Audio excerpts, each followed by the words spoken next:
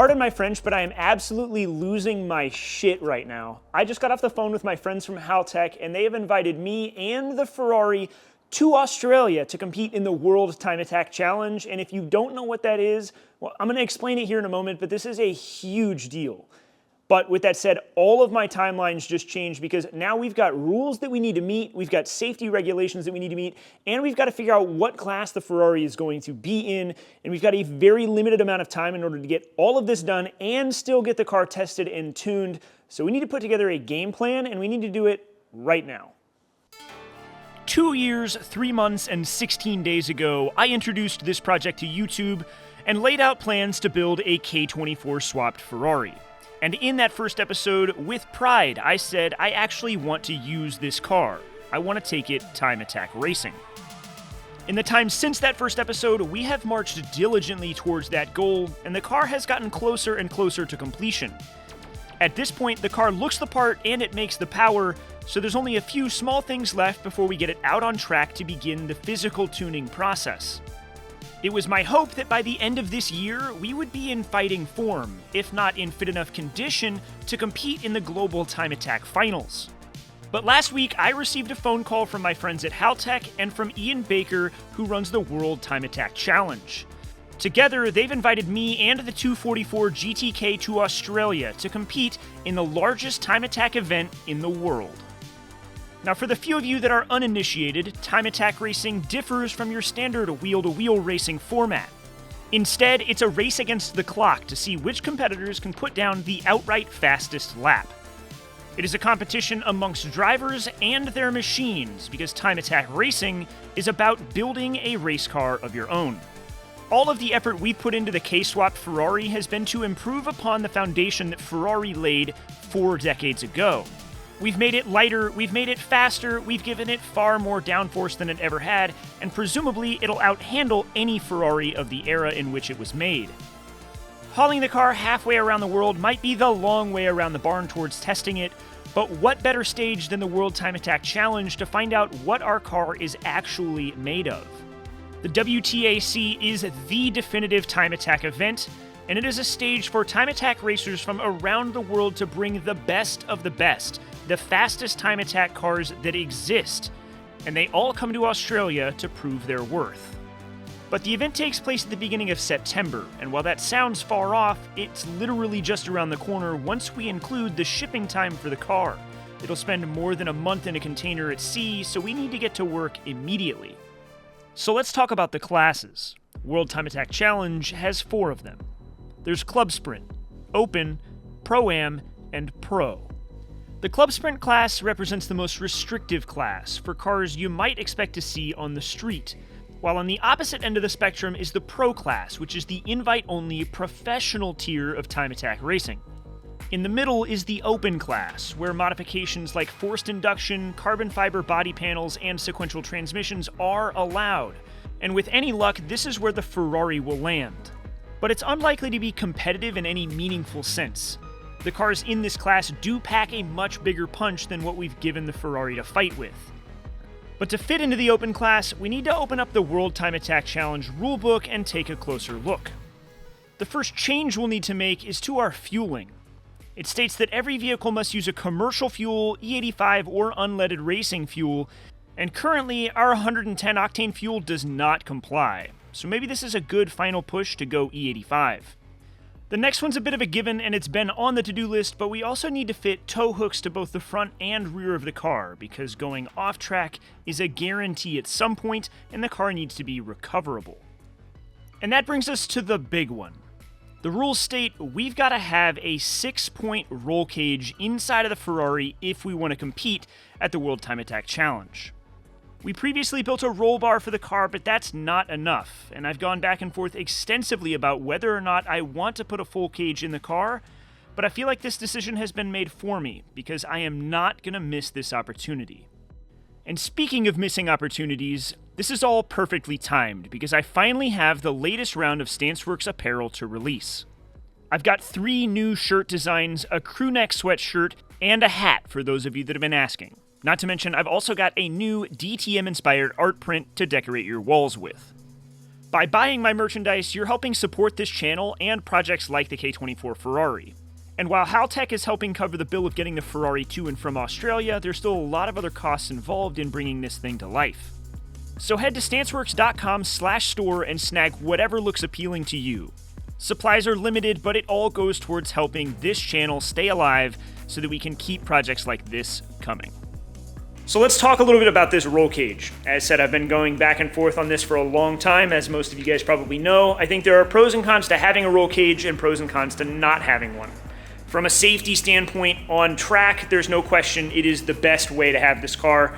It will be a lot safer to be in. But problem is that on the street, well, it's really unsafe. You shouldn't be driving caged cars without a helmet in them.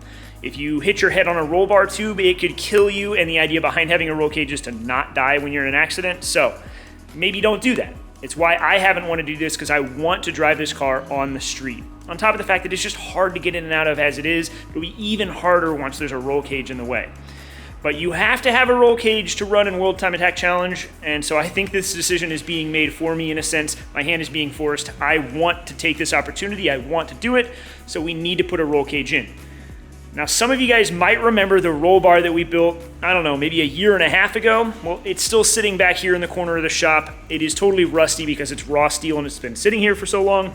It also isn't finish welded, it's just tacked together. We could use this as a foundation for the cage, but I want to start over because I built this one with the headliner in the car. It is built to fit to the top of the roof with material there. We're not going to have that anymore. I never put a headliner back in the car. Instead, I painted the inside of the roof. I want a roll cage that fits as tight as possible. I want every ounce of headroom that I can get. I also think that we can use a lighter material than what we have here. So, with that said, we're gonna start completely over. I've just got to decide if I'm gonna tackle this project solo or if I'm gonna turn to a friend of mine for some help in building an even better roll cage. But let me figure out the details there before we get too far on that. Now, there is one other aspect in which a full roll cage will help us, and that's with meeting the minimum weight requirements. There are some stipulations on how that weight is calculated, and then it's compared to the manufacturer's original specified weight for the lightest version of the vehicle made. Now, if we're allowed to quote the weight of the Vetro Resina 308, that's somewhere around 2,400 pounds. At least that's what Ferrari says, even if it's totally untrue. But even if we have to use Ferrari's specified weight for a 308 GTBI, we will be within the noise once the roll cage is in. In turn, that checks off yet another requirement we need to meet in order to fall within the open class of the World Time Attack Challenge.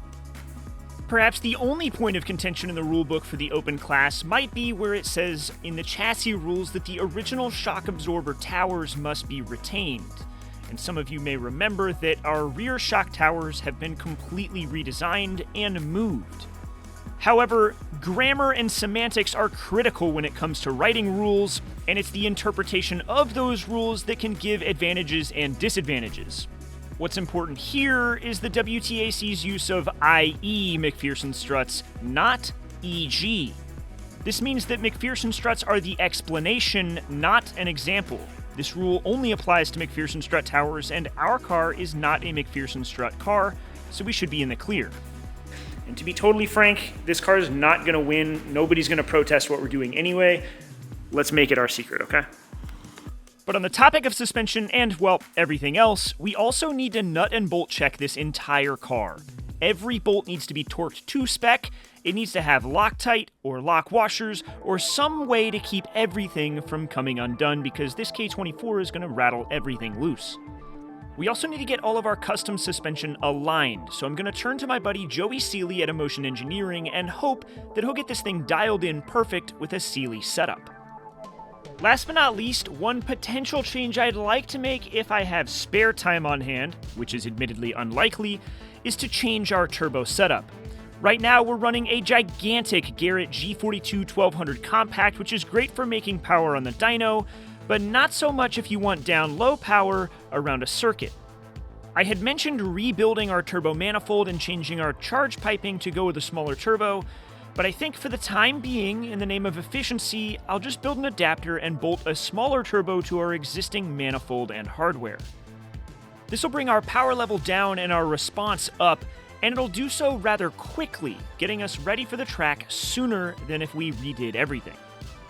But in the name of efficiency, we also need to talk, lastly, about our timeline. We have, give or take, about 16 weeks to pull this off. That means getting everything listed in this episode done, as well as getting out to the track and getting testing underway. We can't ship a car to Australia having never driven it. This timeline is tight, but I feel relatively confident that if we stay focused, we can get it done. That might mean not driving the E30 project to Washington later this summer, but I think that's a worthwhile sacrifice because this is too cool of an opportunity to miss. So I know nothing actually happened in this episode. There's been a lot of figuring, but that's what I have spent most of my week doing. That's where I'm going to wrap this episode up. If you want to support this channel, if you want to support me, if you want to support this car and all of the effort it's going to take to get to Australia and make this thing happen, you can head to the StanceWorks store, stanceworks.com/store, and check out the new merch. It will be available until it's gone. I don't know how long it'll last. As always, the release is somewhat limited, but I made this entire investment myself. All of this stuff is designed by myself or my friends. It is all packaged right here. I hand ship every order. It directly goes towards supporting everything that this channel does, and it means a ton to me that you guys continue to buy what I put out there. So thank you in advance. I hope you guys enjoy this round of apparel. I'm really proud of it. It's all as high quality as I could possibly make it, as always. Enough rambling. If you're looking for other ways to support the channel, I do have the StanceWorks Patreon page, and we do have the StanceWorks Discord. Come join our community. We have fun. We talk all day, every day in there about everything related to cars, and then some. And as always, thank you for support. I will catch you guys next week. We got to get working on this thing.